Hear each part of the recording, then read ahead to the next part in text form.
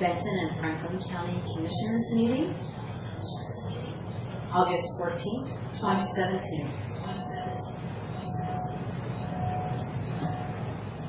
Charge whatever we do.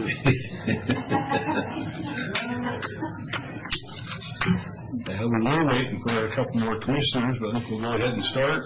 And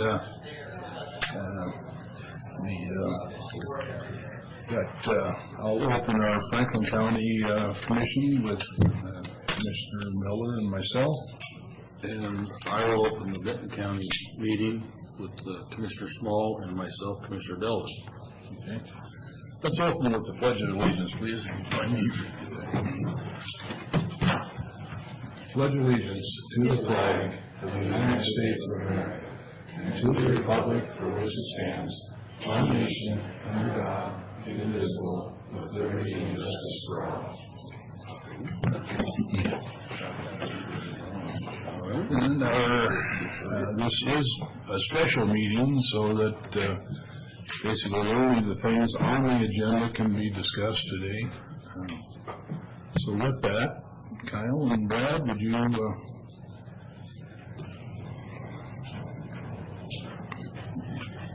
give us a... Sure. And thank you, gentlemen, for calling this special meeting. There was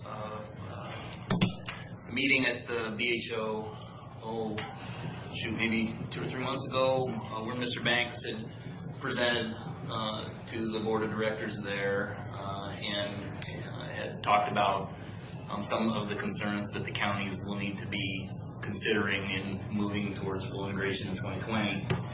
And I felt there's been a lot of conversations about what the next couple of years holds at the VHO, and I think there's so much information out there. It's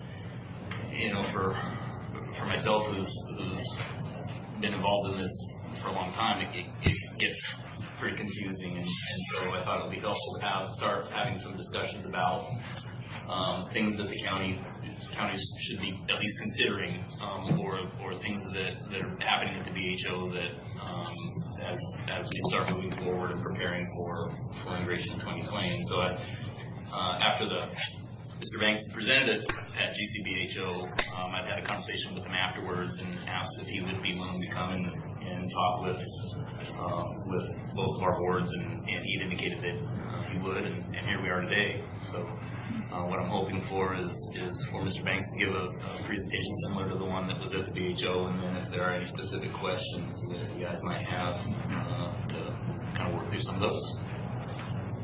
Does that sound good? Mm-hmm. Questions? All right, then. If I can, Mr. Banks and Mr. Sullivan, if you guys can, please try to keep the acronym down. Just because, you know what I'm saying, seriously, there's just so many different acronyms and whatnot, some of us don't understand what HCA and ACA and all those other things are. You guys can kind of just talk about what they actually stand for. Right. I know it's going to be tough. All right, that's good. All right, and with that, if you don't have any questions to begin with, I'll turn it over to Ms. Banks. Great. Thanks, Brad, for coming Thank you very over. much. Good morning, and I appreciate Kyle's invitation, your all's invitation to be here to speak with you. This is, there is a lot going on, as was noted. There has been a lot going on. There will continue to be a lot going on, and I think, as I mentioned briefly to Commissioner Small in the hall, you're sitting here as just about every one of your fellow colleagues in counties across the state, sitting in a similar situation, trying to figure out what their path forward is, and they're all looking slightly different. And I think that is a good place to start. And I'll just provide a real brief kind of history of how we got to where we're at now, and sort of where the BHOs kind of as a collective, the behavioral health organizations, are thinking about going over the next several years as it relates to trying to get better policy, better understanding, better direction, better partnership with state and community organizations going forward. Behavioral health organizations collectively started an effort in the fall of last year to try to redefine the conversation around moving towards full integration. I'm not sure how much history you have on this. There clearly is one region down in Southwest Washington, Clark and Skamania counties, which have moved as an early adopter is the terminology being used, moving to a fully managed care, integrated managed care system. There is another jurisdiction in North Central that is on the cusp of about to do that. They're not quite an early adopter. They're sort of earlier than a mid-adopter, but they're sort of right there. And then there are some other jurisdictions kind of weighing their options right at this particular moment. I think Pierce County being the most kind of the biggest of those, kind of as a single county region, kind of thinking about how it's going to proceed going forward.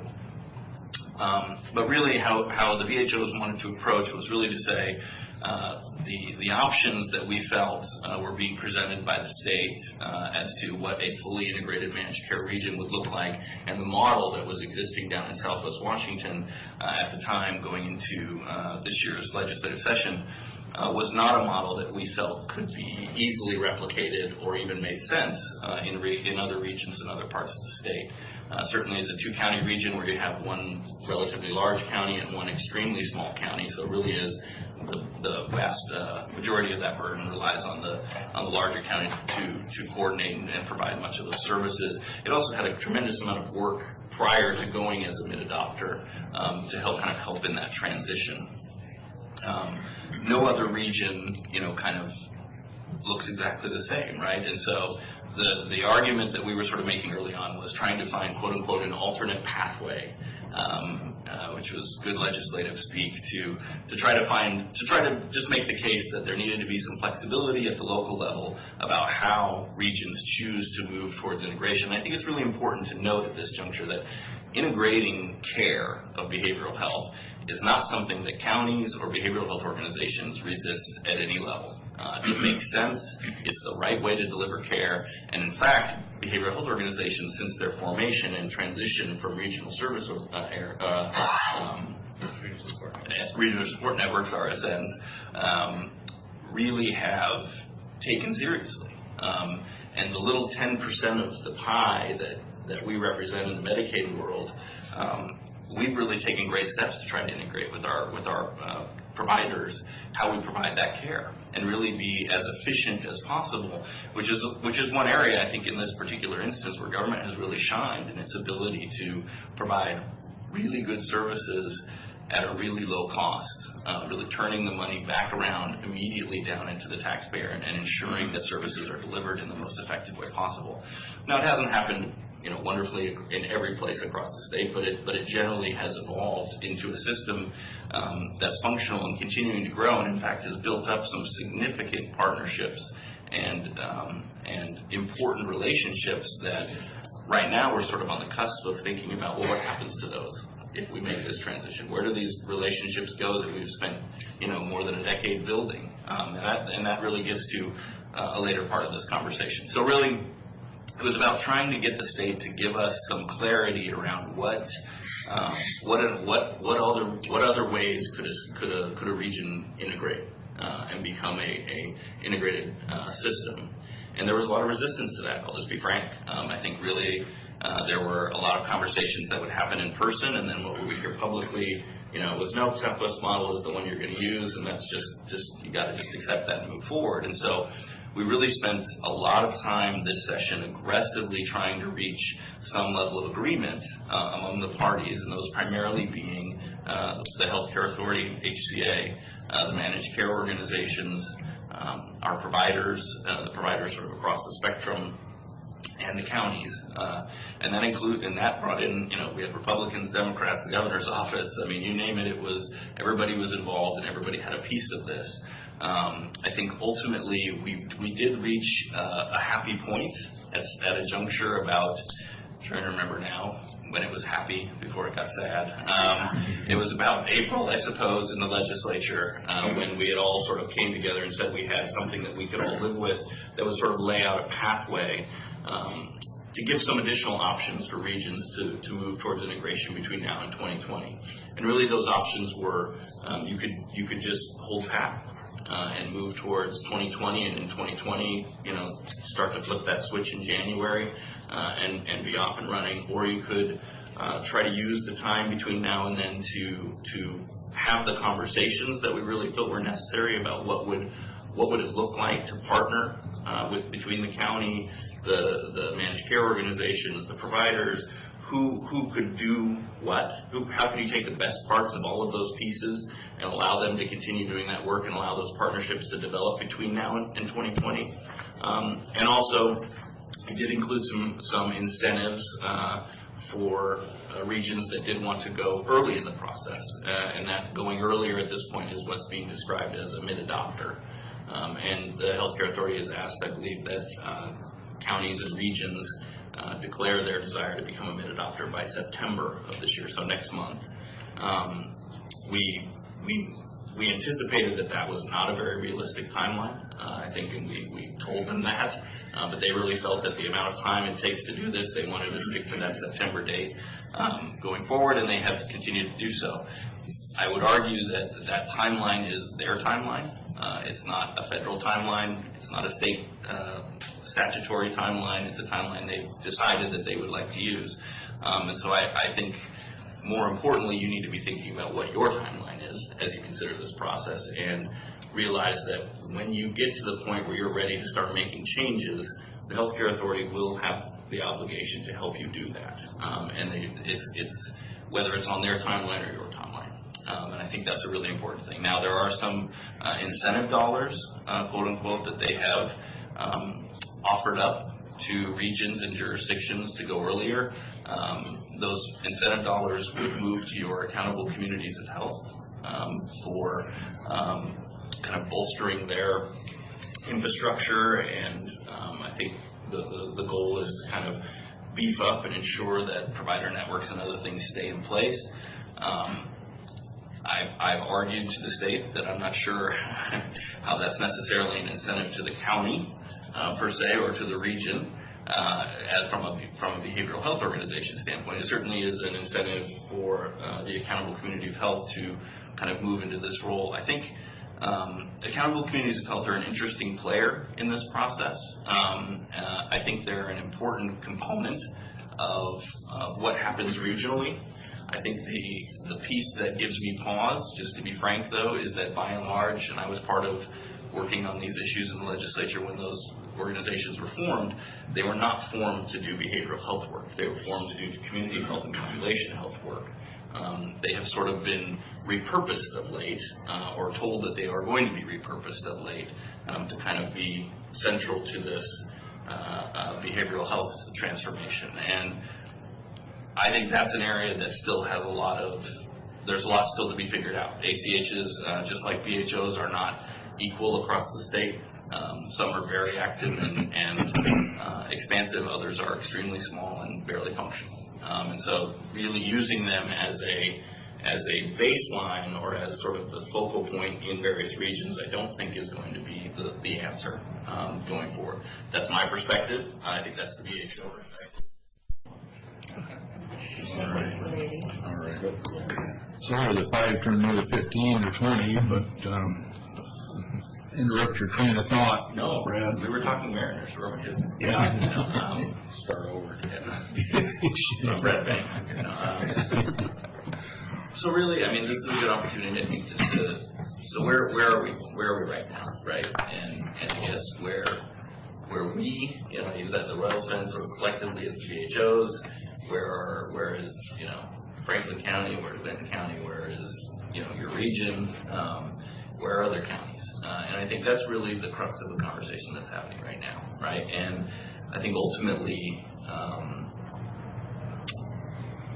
there's sort of two paths, I think, that need to be, that I certainly would recommend be explored, at least at this juncture. And one of those is really, now while the legislation that we had been working on did not make it through at the end, this will shock you, due to personalities on either side of the aisle not getting along at the very last moment, but and tanking 4 or 5 months worth of work. But all that aside, I think the spirit of what we were trying to do is still sort of lingering out there.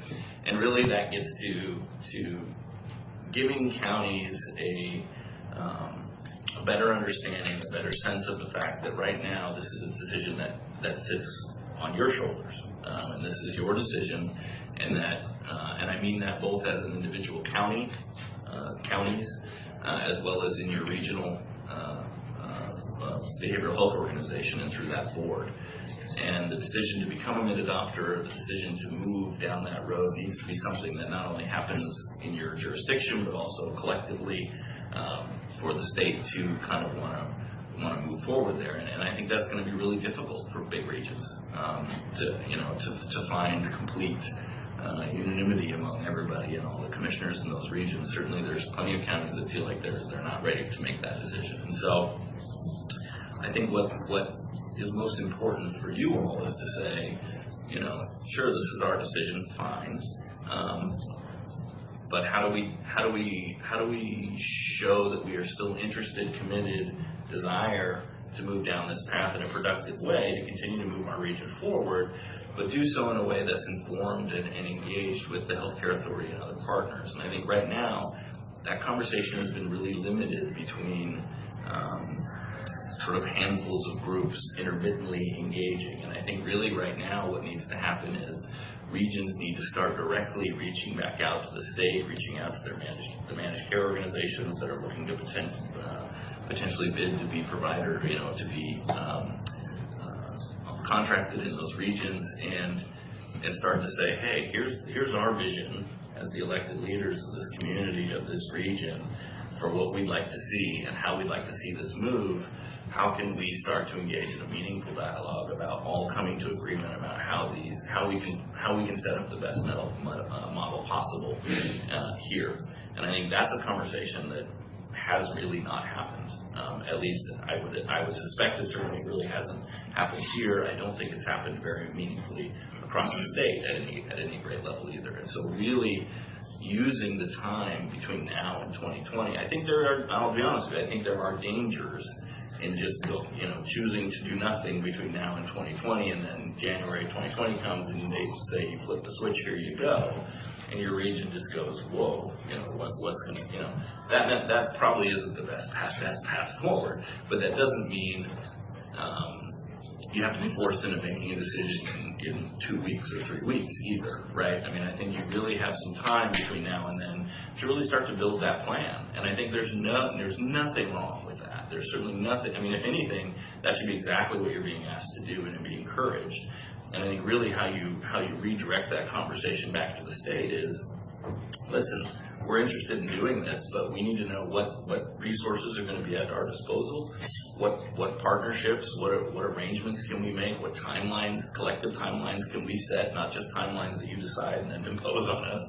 How do we work as partners, as we should be working to actually achieve what we're trying to achieve? And I think really it's going to be really important to bring in the managed care organizations in that conversation, because I think while there are certainly some that would like to see the counties, I think, move out of this quicker than sooner than later, there are others that I think really see value in continuing to have a conversation and a relationship with the local counties that have a lot of the expertise in providing this work, and frankly have been doing it for a long time at very low overhead and efficient service. And so I think there are certain things that I don't think the managed care organizations are all that interested in doing, frankly. I think there are things they could see the county providing in a partnership way that might make the system work better. And instead of letting the state be the architect of how that works in your region, allowing you all with your partners, not just in a closed vacuum or echo chamber, but you with your partners, and that's everybody. I mean, that's your providers, that's everybody else out there. Having that dialogue about what you need to do to build, I think you have time to do that. I think you've already got a model to build from. You have a great behavioral health organization that I think does really fine work and has created a number of really admirable programs, services, partnerships, and building off of that, I don't think I think you're in a good position to build on that success rate. And so right now, that's, I think, certainly where I'm encouraging counties to kind of go, at least at this juncture. And certainly that's different. I mean, you have a large region, you have a lot of counties. They vary dramatically as far as populations and resources, and et cetera, That's different, I suppose, than a single county region, for example. I mean, we have, as I mentioned earlier, Pierce County looking to go as a mid-adopter.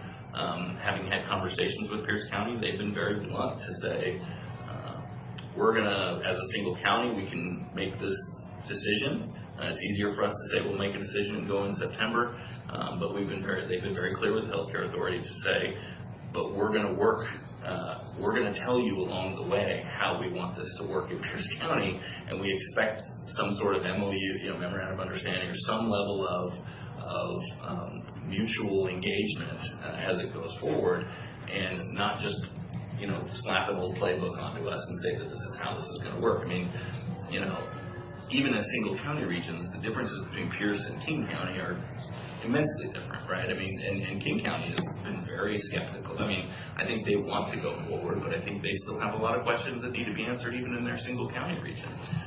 So I think Pierce is, as I was just saying to Kyle, I mean, I think it's also an advantage to not only start to engage your community, your region in these conversations and moving forward, while also watching how these other regions are doing it, whether they're a single county region or a multi-county region, right? I mean, North Central is about to, at the end of the year, officially flip their switch into a fully integrated managed care region, where the county is stepping back. Counties are stepping back dramatically, and in more of the Southwest model, and really turning almost everything over to the managed care organizations and other groups sort of providing services in that area. That may work for them. That may be great. That may work for you all. It may not. And you may want to do something different. You may want to have a hybrid of that. You may want to have a model that does something different and sets up contracts and relationships that could be a model for other regions in the state to look to as you continue these conversations. So really, I think we're at a really interesting juncture right now of having these conversations. I think being aggressive, moving, and I don't mean that in a negative way, but being aggressive back with the state and with partners to say, how are we going to do this collectively? We want to get there. We're committed to getting there.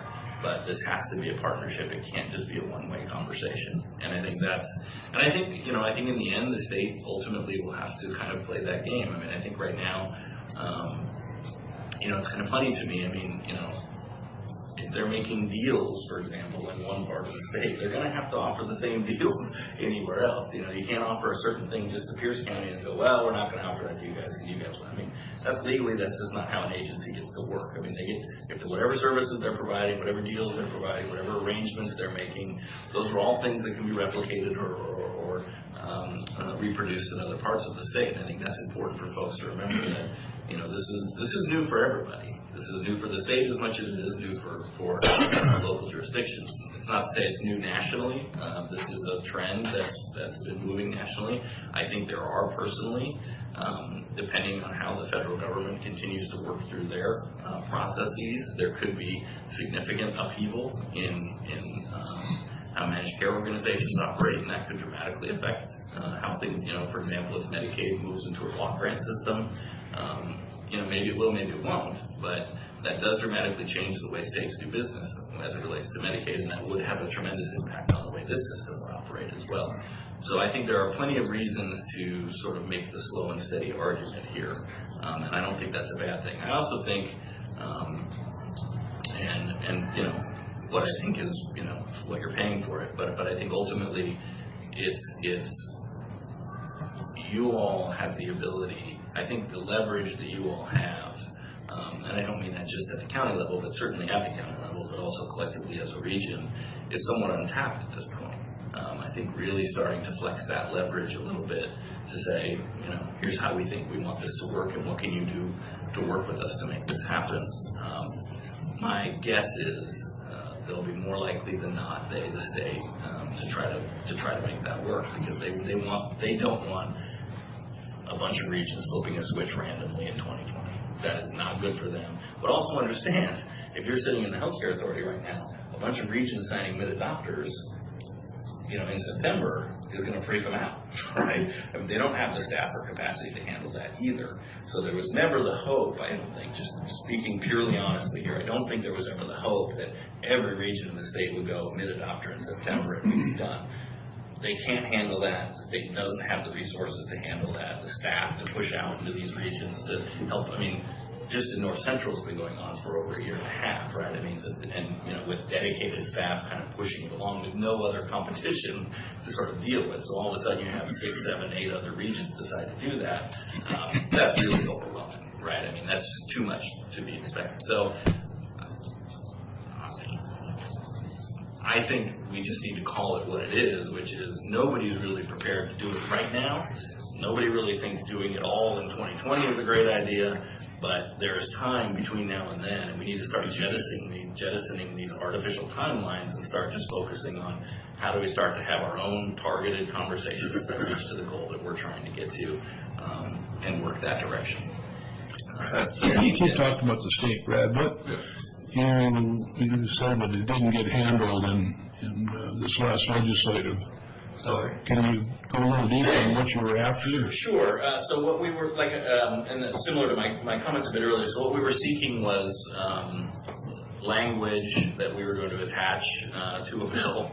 But basically, so it could be in statute, but really what the language said was encouraging and allowing local jurisdictions, regions, county authorities, whatever, to form what we were calling leadership tables, leadership governance tables that would include primarily the healthcare authority, the county representation, and managed care organizations, as well as other groups that could be included, but those would be kind of the 3 primary entities, because those are really the 3 entities that need to be making the big decisions. In fact, I would argue it's really just the state and the counties that need to be making those decisions. The managed care organizations are important, but don't have any statutory authority, at least at this juncture. So really but those 3 we felt were important to start to really say, no, we want counties to know that they have this mechanism that they can choose to use to build their system between now and 2020. And in fact, it was agreed to that counties would be allowed to chair those regional tables, so that the county representation would also serve as the chair and convener of those meetings to really ensure that there was a local, that the local presence was there and accounted for and guiding the process, really. So that was a big piece. Now, there's nothing that prevents you from doing that right now. We certainly wanted it in statute, just for the sake of having it in statute. That certainly gives people motivation. But there's really nothing to stop you from forming such a group now.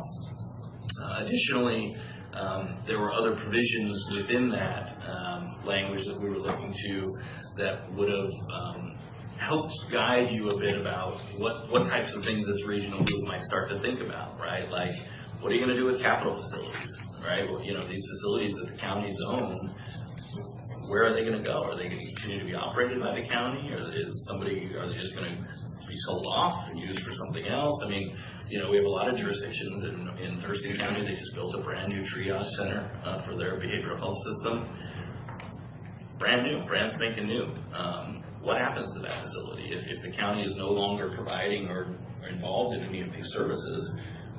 Where does that go? I mean, it seems pretty unclear that managed care organizations would want to take on capital facilities. That doesn't seem like their book of business. The state certainly isn't going to take those on. So what happens to these things? It seems really foolish to sort of just throw them away after we've built a lot of these things. And there are some really great facilities out there, right? So other things around, how do we ensure that the provider network remains intact, right? And not just big providers, but a lot of these small providers that really the county has been able to keep through its ability to be flexible with its rates, at least through your BHO, has been able to keep a robust provider network. How do you ensure that that provider network stays intact in light of, sort of MCOs, managed care organizations coming in and saying, well, this is going to be our flat rate and this is what we're going to charge, and if you can't afford that, then Well, is that kind of what Clark County has realized? Yeah, I mean, Clark County, and as has been expressed, I mean, there is some regret, I think, at the county level for sort of removing themselves completely from this process and really sort of ceding all of this responsibility and authority to the managed care. I think they've been slowly trying to pull back some oversight, some accountability, and really, I think the other thing that has to be remembered, I mean, you'll hear all the great things that are happening in Southwest Washington, and I don't mean to be flippant, but I think really nothing has changed in Southwest Washington at this point. The funding has changed in the sense that it all is now going to managed care organizations. But they basically had a freeze down there in all of their rates, their approvals, everything has basically stayed the same. That is now just starting to change, actually. So it's really over the next year that we'll see some significant change happening in Southwest Washington, and how providers will respond to that, I think, will be really interesting. And listen, the providers run the spectrum too, right? There are providers that love their VHO, love doing business with their VHO, and there are providers that can't wait to get rid of the VHO and work purely with their managed care organization. They're on both sides. That's just part of that's like anything, right? I mean, it's just part of life and part of doing this kind of services, providing these kind of services. So that is sort of a red herring conversation. I think really what's there is as they actually start to implement what fully integrated managed care means for Southwest Washington, now is when we need to start watching what that looks like, because over the last years, really nothing has changed other than the county has stepped back and the funding has moved purely to the managed care organizations in the state.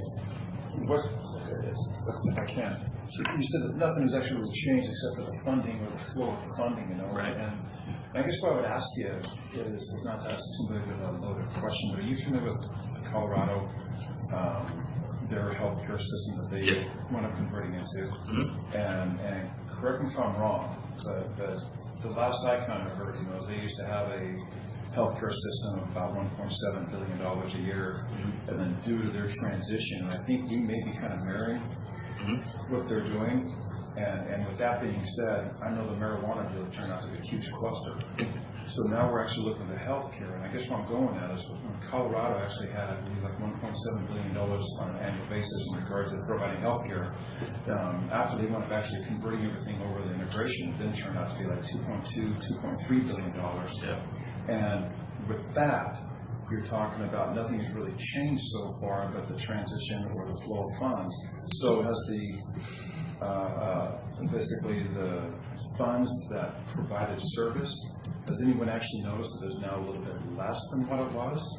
Or is it just status quo? Because I got some other percentages. In southwestern Colorado. In Southwest, I think I pretty much know. Yeah, and Colorado is an interesting example because their system really, they were one of the closest and there was a big study done kind of earlier this year, or released earlier this year. And their system was probably one of the closest to ours, sort of nationally. They had sort of behavioral health organization structure, it was county-based, et cetera, et cetera. And they did make this transition, and they did, as you point out correctly, they did find that, in fact, costs did go up fairly significantly. Part of the reason was the managed care organizations serving in Colorado ended up not having a lot of the expertise that the county organizations had from years of doing this work, and so the cost of providing the services went up dramatically. In Southwest Washington, I think what we've seen right now is more of a freeze. I think we're starting to hear, and this is anecdotal, so I can't speak to that as it being fact, but we have heard that there is grumbling among certain parts of the provider networks down there, that they're starting to get worried that some of the things that they're hearing, their access to information and being part of the part of the system has started to decrease a bit, and so there are. I haven't heard a lot of good news, let me put it that way, at least from people on the ground coming out of Southwest Washington, and what leads me to sort of believe is that if nothing has really changed from a, they've been sort of frozen sort of from a business model standpoint apart from money, and if even the freeze hasn't been overly successful, it's interesting to me to see how dramatic it may or may not be once they start to actually do all this work and really start to get going and start to put out their new contracts and their new rates and their new this, that, and the other thing. And so I do think, I think this is going to be a really interesting time to watch what happens down in Southwest Washington, because they're really actually starting to now be a fully integrated managed care region, as opposed to just holding pat and saying they are one and then actually moving into one. And I think the same up in North Central, watching how that starts to move, I think will be interesting as well. And so, we've got some models now where we're going to see how some of this is actually going to play out in real time. And that's been sort of one of our arguments from the beginning was, man, we're making huge changes here without having any sense of how this is going to work or will look this whole notion of a pilot program, right? I mean, let's do a couple pilots and figure out, how does this work in a big region, a small region, an urban region, a rural region, and then see what we need to do to make those adjustments. And really, we're not doing that. We've basically decided that this is the route, we collectively, right, as state people, that this is where we're going to go, and let's hope it works. It's sort of worked elsewhere. It's sort of not worked. I can't speak to whether Colorado's getting worse services, for example. They certainly are costing more, and I think that's an interesting piece of because that's really been an argument against them. So you said north central region. How many counties are involved in that? Three. Three? And three. Yeah. Three, okay. So what have they done in a year and a half? How did they? So basically they've been. This has been the BHO. What's that? There's been the BHO. So it's been the phasing out. So it's been the phasing out of the sort of drawing down of the BHO, and starting to set up the framework for the regional, the fully. And who's done that work? That's been the partnership between the BHO and the Healthcare Authority and the managed care organizations. Although interestingly, right, the managed care organizations have only recently been awarded those contracts. And so up until just a couple of months ago, we didn't know who those managed care organizations were going to be, who were going to serve that region. So it has been primarily just the Department of Behavioral Health Services through the Department of Social and Health Services at the state, the Healthcare Authority, and the counties through their BHO, really been the group moving to this transition. So Well, I'll just say one of the things that's been really interesting, and I think this is where a lot of BHOs are starting to actually get a little panicky, one of the real issues that they ran into in North Central was, as it became clear that they were going to do this, the BHO still had a lot of responsibility with providing all of the service. I mean, none of that work stopped at the county level, right? So all of those services they couldn't be interrupted, let me put it that way, right? So, but you had staff, right, that were sitting there going, I'm not going to have a job in 9 months. Why would I stay on this train? And so retaining staff to have a functioning BHO has been an extremely difficult path for that BHO and for the sort of the administration of that BHO to kind of convince their people to stay. And certainly the argument has been, well, they'll just transition into jobs with the managed care organizations or whatever. And I think there has been some of that, and there probably will be some of that in any region, but probably not collectively. And I think there are certainly people who have families and kids going, I'm not taking that risk that maybe I'll get hired here, maybe. And so the attrition rate starts to really go up, and I think that really destabilizes the BHO in that last, 6-9 month period where you get to the point where, and you're already seeing in BHOs, I think, across the state going, gosh, if we're going to be out of business in 2020, how much more time do I want to invest in this thing? And they, people start to bail. And so that's really become that's another piece of this that I think, it needs to be considered because it's destabilizing for the region and certainly for the services. So that's another, and maybe there's no clean way to do that, right? That just maybe how you make this transition, but it still is a factor. It needs to be thought through. Collectively, because we have 10, 11 counties? 10. We all have to agree, right? So you can't separate out each of your. So technically, the way my understanding of the way it's supposed to work is each county needs to decide individually that they will go mid-adopter. If you're going to be a mid-adopter, you need to make that decision individually and then sort of transmit it collectively through your BHO. But each county needs to make that decision. But if all the counties don't, then it doesn't. Then it doesn't go. Then it doesn't. I know a letter was sent because I saw a copy. You had this. Mary Lou sent a copy was sent from the 10 counties sent to the state. Hey, you need to give us some more time. Right. Yeah. Don't force that September date on us. Right. Yeah. The last couple of board meetings for the BHO, we've had discussions about needing to have dialogues with the Healthcare Authority and start working towards. Again, I think all of the counties, the whole board with the BHO doesn't want to wait until 2020 and sit there with sitting on our hands and not done anything and not prepared anything. I think we all are in agreement that that's not the right way to go.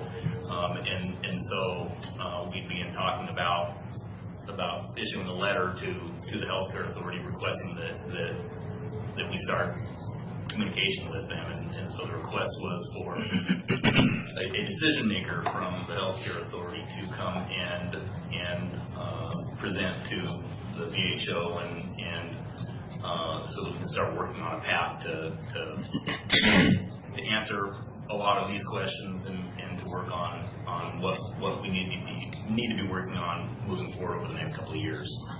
And so, I was going to say, if I can too, not only have a dialogue, but also too, like with Vancouver or Clark County. I mean, right now they're trying to try to unring that bell in regards to, hey, we actually want to be more involved in what we were.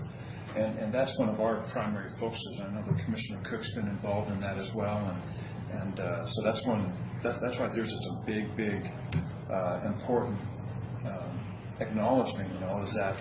Is that right now we have a golden opportunity to turn around and actually be able to have some very good dialogue between the healthcare authority and the counties, so therefore we have a part of it. To be able to actually give some direction and those types of things. So I just want to make sure we have that part filled in.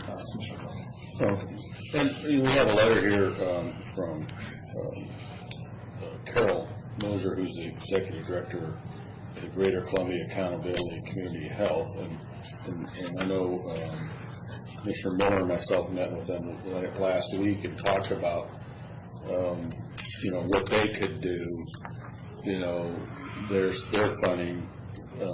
That they could use their funding, this letter speaks to it, on information.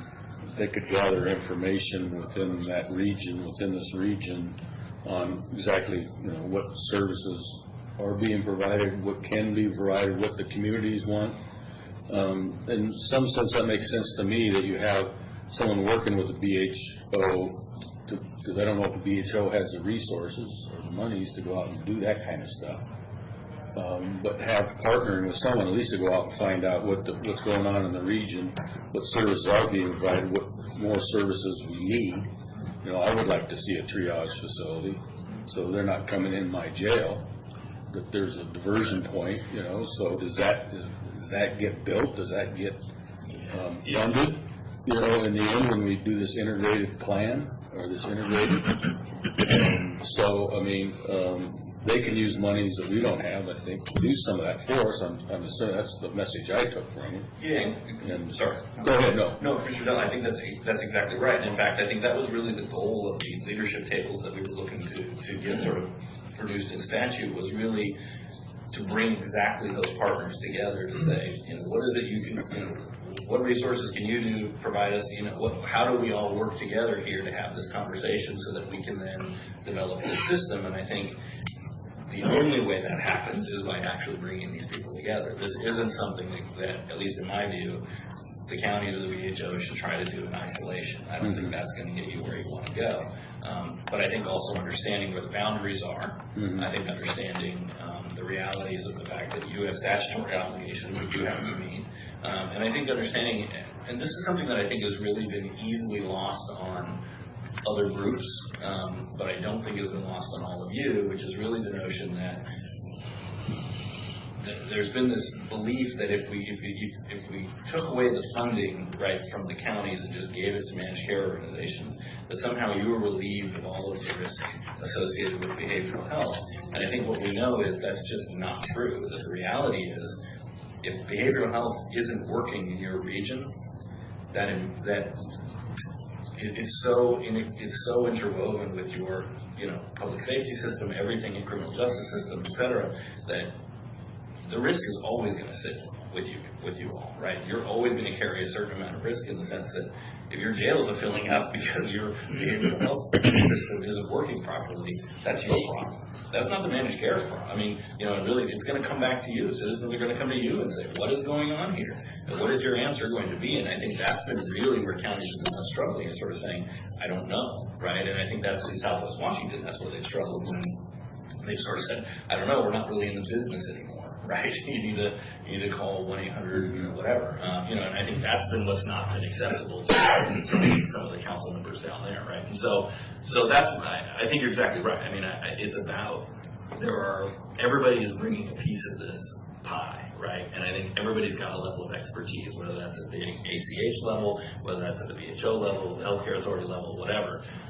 We shouldn't be afraid to kind of bring those parties together to start to say, hey, but also being respectful of the boundaries that do exist and where the obligations are, where the decision-making sits, and all of that stuff. And if that can be done successfully, then I think you really do set a stage for doing something positive in your region, which I think is the goal. And I really do fundamentally believe that there are no real hard and fast rules for how a lot of this has to work. I really do think there is a lot of inherent flexibility in this process. I don't believe there is a really strict playbook. I mean, there's obviously, federal rules about how you can spend money and things like that. I mean, those are what they are. But how those relationships end up working in your region, now, 2020, post-2020, I think that's still very much in play.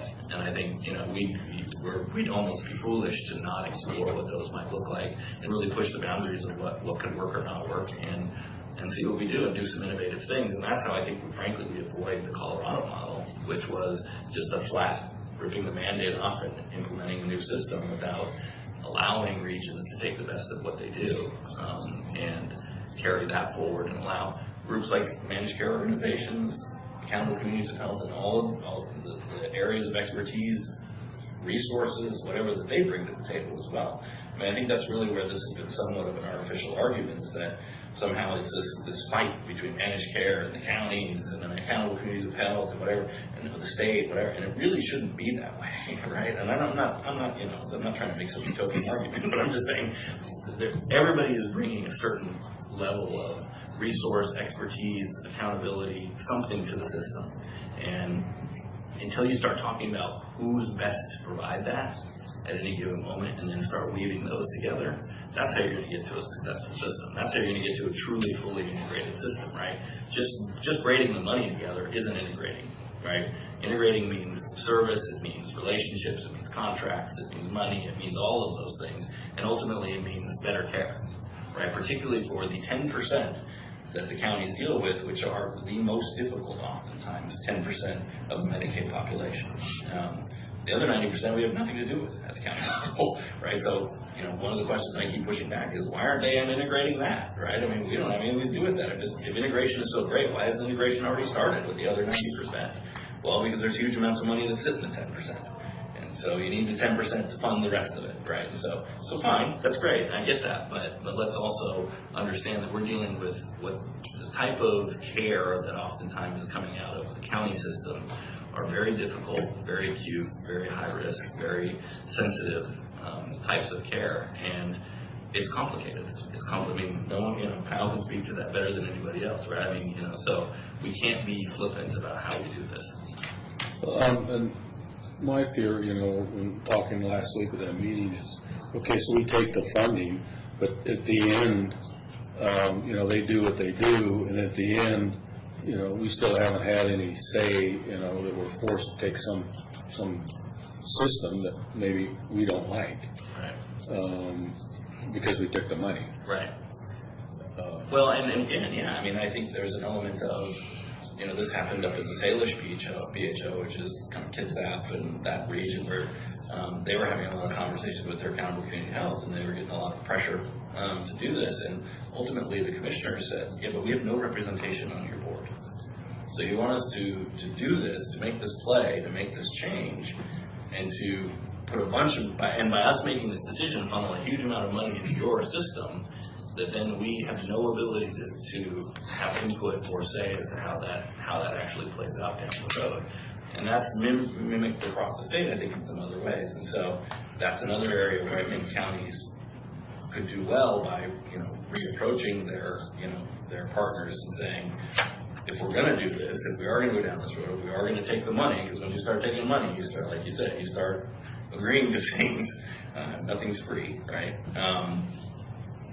How are we sure that we're going to be able to collectively control this process and not let it get out of hand and not let it start to own us, wag us. And I think that's exactly the conversation. I know that's the conversation that's happening in Pierce right now, between their county and their ACH, where they had a similar situation where there was no real county elected representation on the ACH. They basically said, hey, we'd like to drive this money down to you, but we need to be a part of this conversation about how that money gets used, where it goes, and what it does for the region. They can't, if we're going to go down this road, those are the kind of conversations they want to have. So, and I think that's a good model to start to work from. And I don't know anybody who would be afraid of that model. I mean, I think that's exactly what we ought to be doing.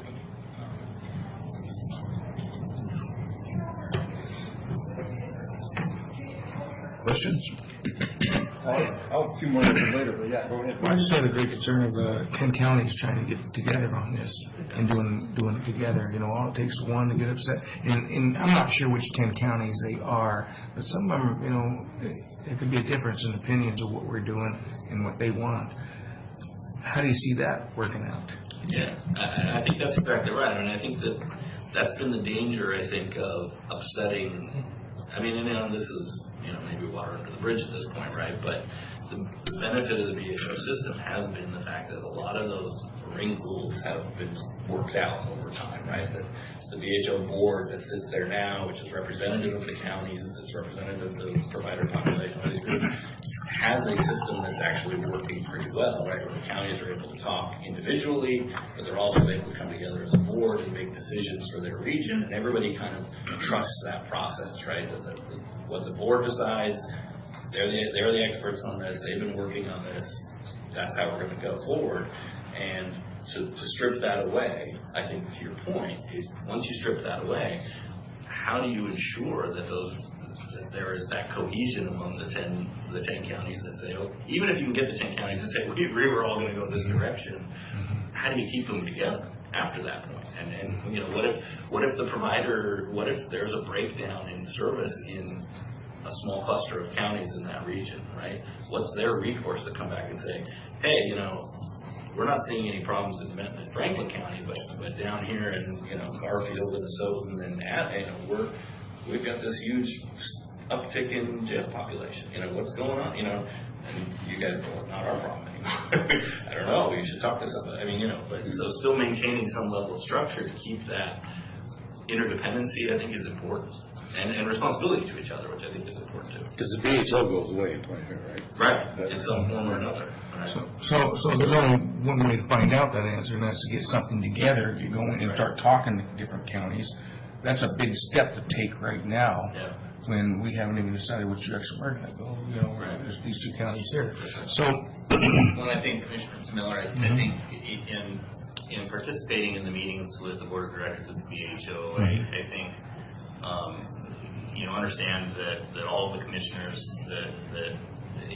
well, I shouldn't say all of them, a lot of the commissioners have a lot of the same questions that you have, and that's where the concern came in is here we've got to make these big decisions, and again, I think that's kind of what I was hearing from some of the other commissioners about their concern about the September deadline is, we don't, maybe that's a good decision, maybe it's not. We don't want to make a decision and feel rushed into it, and so that's when the conversation circled around about reaching out to the healthcare authority and saying, look, maybe this is good, maybe it isn't. The problem is we simply don't know, and so we need someone to come and talk with us to give us more information, help us in coordinating. We know that this is coming, right. But when is going to be the right time to do it? And so I think those have been things that the BHO, the board of directors of the BHO have been concerned about and have acknowledged, and I think hopefully. Once we were able to sit down with the healthcare authority and start talking with them about what our concerns are and getting answers to the questions that they have, I think some of this will start lining up and be. Because even at this time, we have nothing in our back pocket if all of a sudden one of the 10 says we're not doing it. And it'd be nice to be able to know what direction we're heading to or going for it. And of course, we have 2.5 years, but that goes fast. So, It goes fast. yeah, so I understand, there's probably a lot of concern about that with the BHO's, commissioners that are involved, but, I keep thinking it's better we plan ahead and keep going, so, first step though, where's that? Well, and that was what the commissioners, the board of directors for the BHO, were all in agreement also, is that, we don't want to be here in December of, trying to not having any input, not having any say into what's happened, and so I think everyone is in agreement that we need to start having these conversations and start working through those concerns and those questions and start forming it towards 2020. Well, I think from a practical, from a practical standpoint, I think to your question, and I think to your comment, Commissioner Delvin, about BHOs going away in 2020, according to statute they do, but there's nothing in there that dictates what can exist in their place. And so what model, what you set up between now and then, I think that's really the goal. And, and that's been something we're fighting from a perception standpoint. It was, the BHOs just don't want to go away. We don't want to go away. We want to preserve our little stake in the ground. And it's like, no, we don't care what we're called, how we, but what we do care about is that there's a level of accountability, there's a level of oversight, there's a level of security past 2020 that exists with the people who've been elected in their county to make sure services are being provided at the right level. And that, I think, is, what does that entity look like? I don't know. And I think that's where we're moving, is sort of, what is that entity going to look like? Is it going to be a 10-county region? Is it, whatever that is?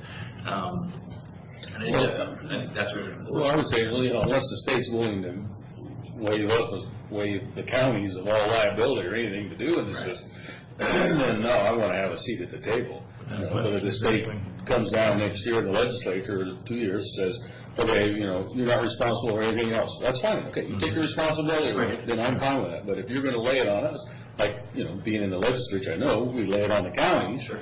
Then no, I want a seat at the table up into perpetuity until, Until we see, even just basically, if we see starts it's working. Right. Right. Just at a basic level. And if I can, and also to Commissioner Miller, you had some good questions, and concerns, and Commissioner Cook, Kyle, please step in, for us if I mess a couple of things up or don't give them enough clarity on this thing. But a couple of things too that I think a lot of people don't even understand when it comes down to the behavioral health and what we do here at Greater Columbia Force, how good we really are. People don't truly understand that when it comes down to, there's three things to be able to try to get better. That basically, where have you been, where you're at today, and where you're going to be going tomorrow. And where we're at today is, for years in the past, is we've pretty much been number one across the board in everything when it comes down through the whole state. And can we do things better? Absolutely we can. There's a lot of neat things that other entities may do from a different state, whatever the case may be. We try to actually reach out and try to do those things, but once again, it takes money, I want to make sure that people do understand that, when it comes down to the WISE program, when it comes down to kids, we were the first ones to actually implement that, actually a year and a half earlier than anybody else. We're the only behavioral health organization actually didn't get deemed going, you guys need to do this a little bit better. We had several entities coming toward us going, my gosh, what do you guys do? And how can we turn around and actually take what you have? Then the other thing I start looking at is when it comes down to cost effectiveness. Our VHO, actually, when it comes down to administration costs, it's 2%. We actually allot over 12% of administrative costs, but we don't do that. What we do is actually, it's like 1.5, it's 1.5% is how much we actually spend to keep the lights on, to keep people employed, to be able to continue to build make sure that people are, as far as different providers, are getting their funds, giving assistance, and those types of things. So that's basically 2% we take out of that 12%. The other 10%, what do? We give it back to our consumers, our customers who are within the whole or the whole region. Now, what does that actually result? It results in some very, very good numbers when it comes down to the state realizing what we do, And so, we always have issues. I'm sorry. People, I don't care what you do, the end of the game, the world that we live in, each and every one of us are going to turn around and pass away. some sooner, some later, that type of thing. Things happen that we just have no control over. We try to get better. We try to actually fix those things, but it is what it is. And then we start looking at, for for what we do in Colorado, part of what happens. They're actually spending over $500 million more a year to be able to provide, I don't know what kind of quality of actually services. That's something that we definitely have to take a look at. And then at the end of the day, that actually Commissioner Delvin had, and in fact, you actually spoke on to it very quickly, Mr. Banks, is basically, at the end of the day, we are definitely responsible for the mental health courts, and when it comes down to the jails, we do have a diversion program. Can it get bigger? Absolutely. But I want to make sure that we do know that. We do have a diversion program out on the boards. When it comes down actually whether or not we need to be able to kick out a large amount of money from a separate entity to do a study, to see what kind of services that we can provide, do better, whatnot. You cannot believe for us how our providers actually work together to basically try to make our system the best that it is. And then Commissioner Cook, please step in when it comes down as far as the different commissioners and entities that we have at Greater Columbia Behavioral Health. I think we have a phenomenal working relationship, and we're very open and actually very engaged as far as the future. Yeah, but, kind of what Rick was getting at too, though, is when those commissioners, like myself, come back to our boards, it's a 3-member board, not just a one back in the individual counties. So you start talking, 30 different inputs. Are we going to have 30 different yays? That's going to be an interesting concept. And I think that's what's very imperative right now, of course, actually kicking out the letter to the healthcare authority, to be able to actually have a sit down at the table and start, first of all, communicating, and then hopefully be able to craft what kind of a health program we really want in the future. And I think we're spot on when it comes down having either between an early and a mid adopter, whatever the case may be, or maybe we actually hold on till 2020, because if it ain't broke, don't fix it type of thing, But the thing is, I do know that eventually this is going to be going away. Like Mr. Banks said, to what degree? I don't know. I think it's imperative to have our facts and make sure that we do our due diligence as crafting whatever we can, because I'm very proud to say that we're number one within the state. It's a very good health program, and I don't want to see that go. Yeah, so I think a lot of that's very well said. I think some of the and you have a great BHO that does tremendous work and has really been a model in a lot of areas, I think. And you've got BHOs across the state that they've all got pieces of their local work that they're doing that they're just really worried about just seeing that go away potentially. And I think that's really where the best dialogue we've had with legislators is to say, how do we preserve that? We can't just let that go.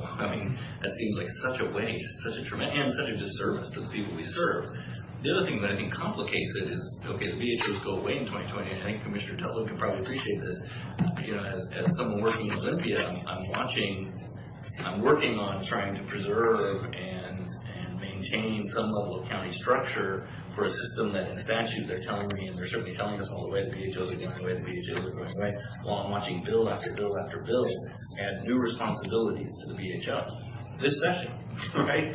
Bill after bill after bill adding new responsibilities, whether it was related to housing, children's mental health, any of these things, continually adding to responsibility to an entity that same body has said is going to go away in 2 years is really a complex situation that you've entered into. And, that's not just one where you can run a cleanup bill at the end, at the end of 2020, and just change all the RCWs to now being managed care. Those are not, a lot of those programs are not things that managed care is going to be asked to do.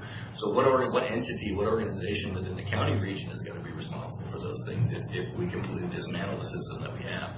And so that was something as I was watching during session, I was just sort of laughing, going, in a bad way, sort of, what are we going to do with all these new responsibilities that you're adding to organizations that are, for all intent and purpose, you deemed to have a 2-year lifespan at this point. So anyway, so we'll see how that. So that's another reason I think we have. I'm not sure it's fully baked even at the state level, right? I think it's funny. I think a lot of individual legislators I'll talk to will say, "Oh, I don't want my BHO. What do you mean my BHO is going away? What do you mean this is happening? What's going on here?" And it's really, it's really been a long process of education to try to get them to understand this is the legislation you passed. This is what we are working on at the local level. If you want to preserve some of this in your communities, you need to be talking to your county commissioners, you need to be working with your community partners, and you need to be working with those representing those groups in Olympia to try to make this work.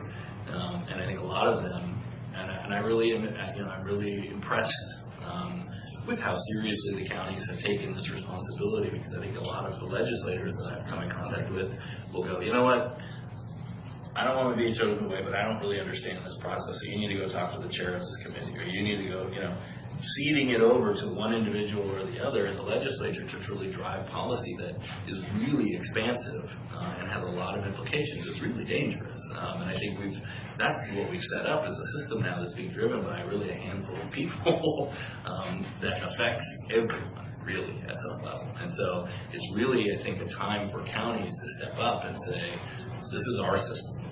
This is our system. We built it. we run it, and we do so well. We're happy to continue to move towards a collective goal of integration, which we agree makes sense, and it's just a better way to provide services. But we got to do it in a way that works at the county level, not just in a theory in a back room at an agency.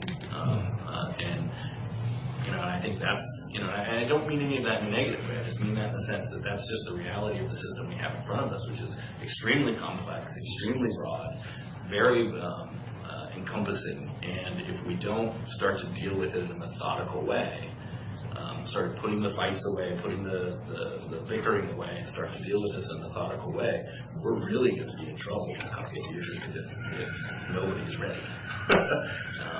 And it's not a knock against managed care, but at the end of the day, they're going to get a lot of money out of this, right? I mean, they're going to come in, they're going to get contracts, and they're going to get paid to do a bunch of stuff.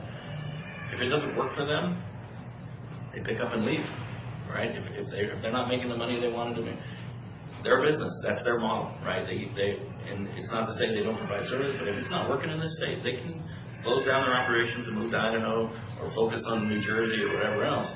The county doesn't have that luxury, right? If it's not working in that county, commissioners still need to deal with it in some form or another. And so, this is about ensuring that if there is volatility down the road, that there is a ability for the local infrastructure to not be completely gutted if somebody says, well, this 5-year ride on this waiver from this $1 billion waiver from the federal government has been really nice, and we've enjoyed all the benefits of that, but that money's not there anymore. And shockingly, the legislature has decided they don't want to come up with another $1 billion to backfill it once it's gone. We're not nearly going to do business here anymore. So we'll see you later. It's been real. Take care. Good luck. And then what do you do when you're 10 years down the road and you have a county system that's been completely, defunct at that point, right? I mean, how do you build that system back up? And I think we all know, once you've built a system, if you tear that down, you will not get it back this day and age. It's just so cost prohibitive to rebuild infrastructure like that. And so losing that is really dangerous. I mean, I don't mean to preach, but you mentioned real quick about, of course, money not making money, and thinking. I mean, one thing about the administrative costs here, we're at 2%. And then the company that may come in here may be charging anywhere from 12 to 15%. Sure. And they, those are just numbers, 2%, 12 to 15%. Well, how much is that? On a $200+ million budget, that adds up.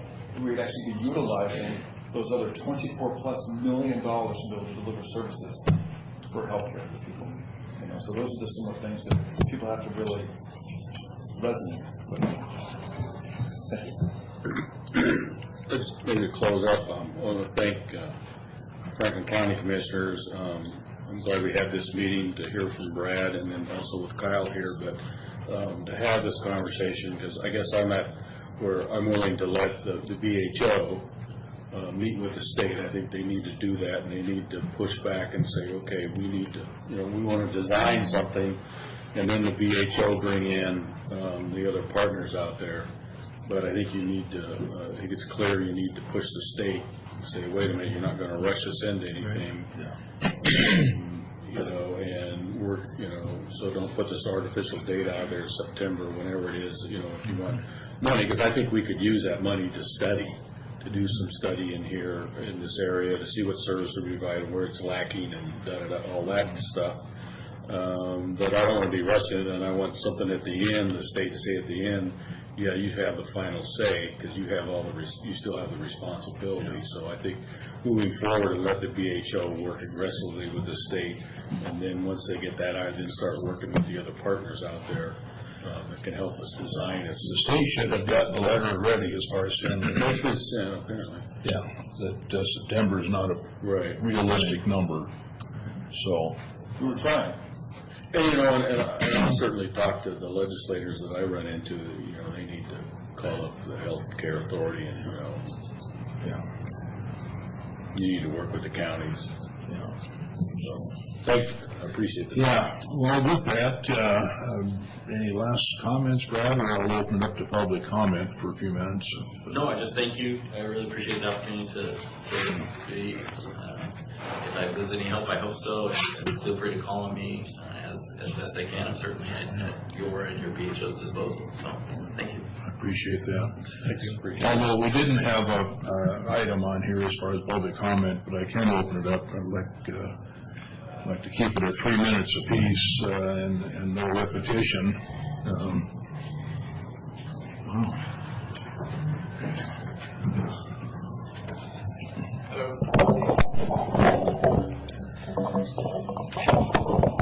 Hi, I'm Doug Bose. I'm the CEO for United Healthcare here in Washington. We're one of the managed care companies that would be looking to bid on this business. And I'll try to keep it to 3 minutes. I have 4 pages of notes, but I won't go that long. Just a couple of things. I would totally agree that every region is different, and this region is certainly different than others. You know, we would see this as a collaborative project and not as something where a system gets overlaid and dumped on all the behavioral providers, and we've done this in 27 states around the country. I think a comment was made that that the MCOs, if they're not profitable, would walk away. I don't know of any state we've walked away in. We're here, we've been here, we're in almost every county. So I do see a strong commitment there. As far as the jail program goes, we've implemented jail programs in the state. We're seeing some pretty good results in reducing recidivism in the jails, and we've already done that here in Washington. You know, we are the BHO in Pierce County, and we've had great results. What we have seen is we've seen an increase in total number of people using the system, but an overall decrease in cost, which primarily comes from the inpatient side where, you know, the costs are highest, but more people end up using the system.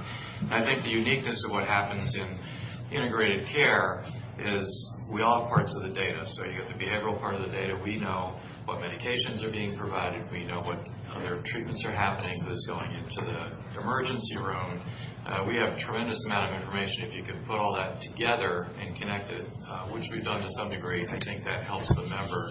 You have one case manager, one person working on all of that care. So I think that is probably a big advantage. I heard Colorado talked about. We are actually one of the plans in Colorado. They're extremely happy on the provider side of what we've done. It's very provider driven. Some of their increases in cost have to do with expansion and all the members that came in through expansion. But I would love to have an opportunity to have someone come from our Colorado operation and talk about how that worked and what we did and how it's working. By the way, it's all just going out to bid again, just in case you didn't know.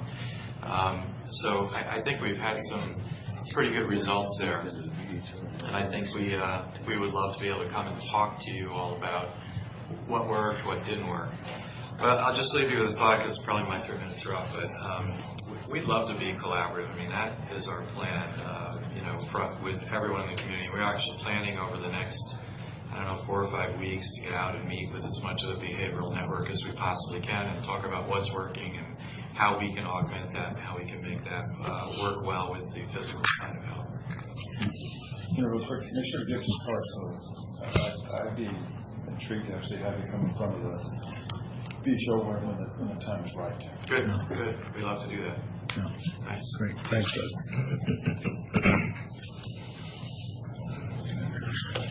Morning. Good morning, Commissioners.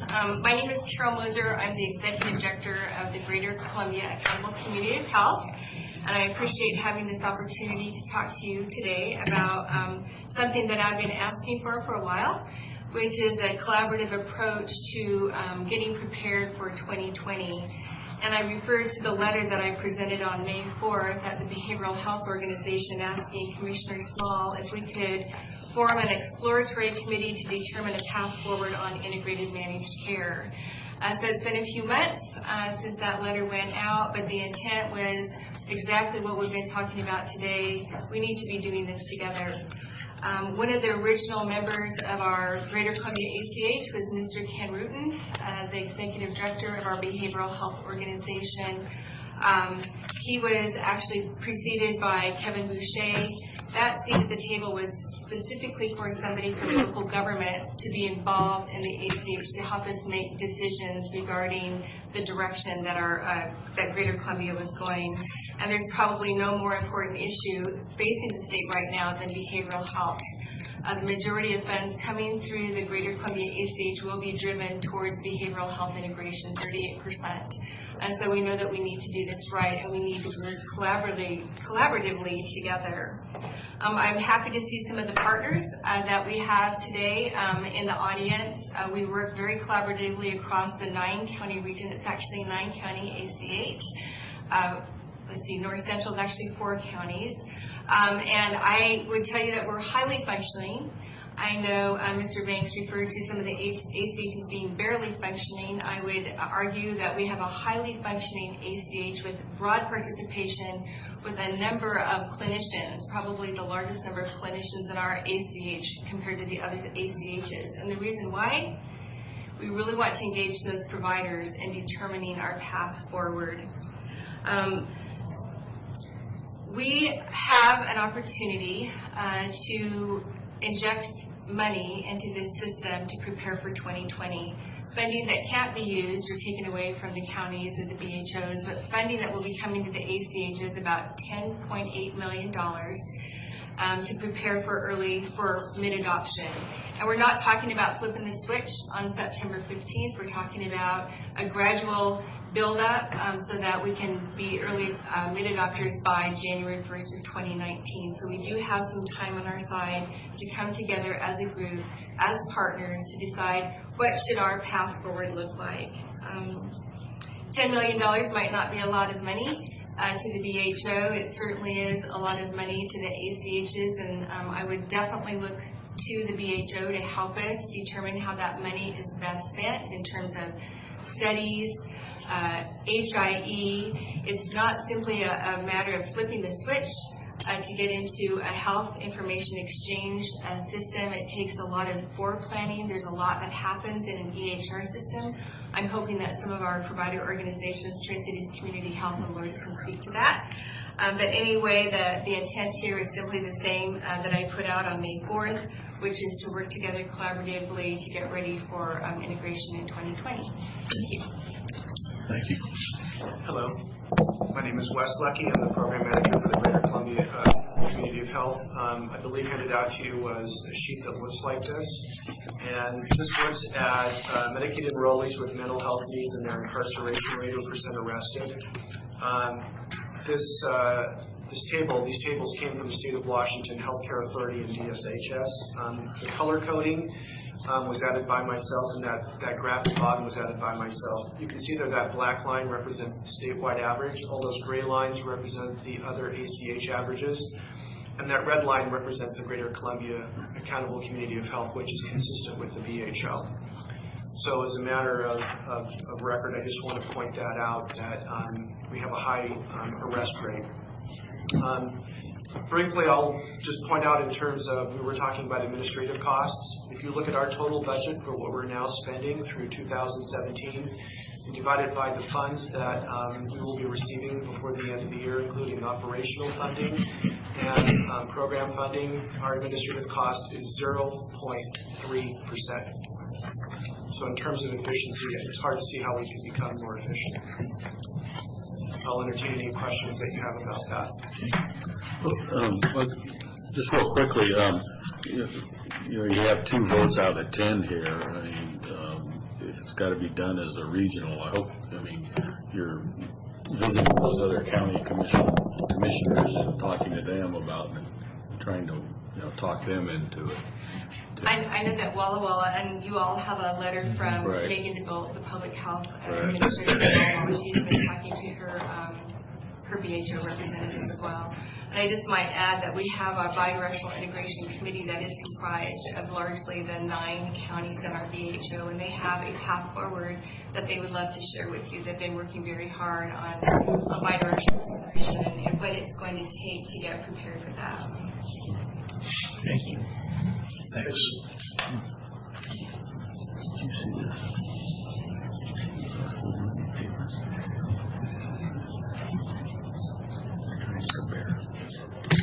Morning, Commissioners. I'm Kirk Williamson. I'm the Program Manager for the Benton-Franklin Community Health Alliance. Been in existence since the middle 1990s, working on collaborative efforts to improve healthcare and community health across Benton and Franklin counties. About dozens of volunteers and hundreds of hours since about 2013 went into creating the 2016 Community Health Needs Assessment, which identified behavioral health as one of 3 key issues that needed to be addressed. It was a new addition to the original Community Health Needs Assessment in 2012. In 2013, just a month ago, our committees approved a new Community Health Improvement Plan, which specifically talks about behavioral health and the need to improve bidirectional integration of not only behavioral and physical health, but adds dental health as a key component of that. I'd be happy to take questions if you have them. Thank you. Thanks, sir.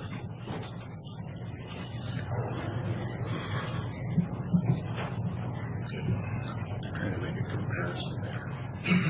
There's no comparison. Good morning, Commissioners. Morning. My name is Dale Anderson. I'm the Director of Behavioral Health Services here at Tri-State Community Health. And Carol alluded to a conversation we had about us implementing a new electronic medical record over the last 2 years. And that's a very costly process. And so one of the incentives about being early adopters is that $10.8 million that could come to our area. And just a little bit of background, we implemented a new electronic medical record about 2 years ago, and we are still having difficulty exporting all of our encounters to the BHO. And so we continue to throw money at that. And so purchasing licenses and getting the equipment and the software packages and consultation to be able to submit data, it has cost us between $700,000 and $1 million. And so hearing that there's a potential of $10.8 million coming to our area or our region to help with infrastructure, I think that that's something that's needed. And so as a service provider, I think right now there's some confusion because we spend a lot of our time working with our contracted BHO, but we're also now spending time in work groups with the ACH. And so it would be nice to know what way we're going and how to collaborate, because we've got to use our time efficiently as well. And so if we're being pulled in these 2 different directions, there's kind of competing agendas. We want to make sure our time is useful and that we're creating a way for patients to access care appropriately, and that we're able to roll our data upstream. Moving into a managed care system, right now it's moving data to the BHO, but pretty soon it'll be moving it to 5 or 6 different plans. And so I think it's really important that we begin that collaboration now, so these processes will be much easier and more efficient in the future. Okay. Thank you. Thanks.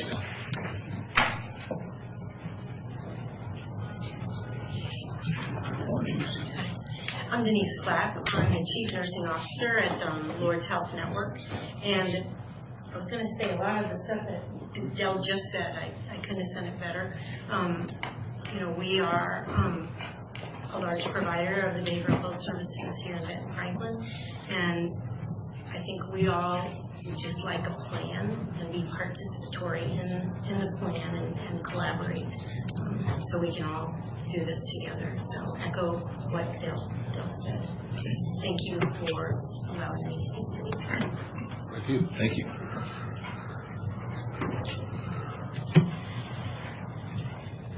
Anybody else?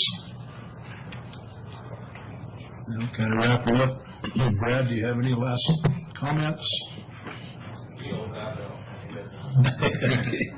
One thing I would appreciate if everybody would sign in, please, and legible as you can, so Karen can have a name list. Other than that, commissioners? No, you're signed, and let's open this up. I think it's actually very beneficial, and I think Commissioner Jevon actually hit the head right on. I think this would be a good route to go.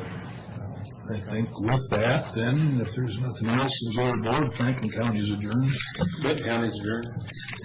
Thanks, guys, for coming over. We do this once a week. That too. Good for me.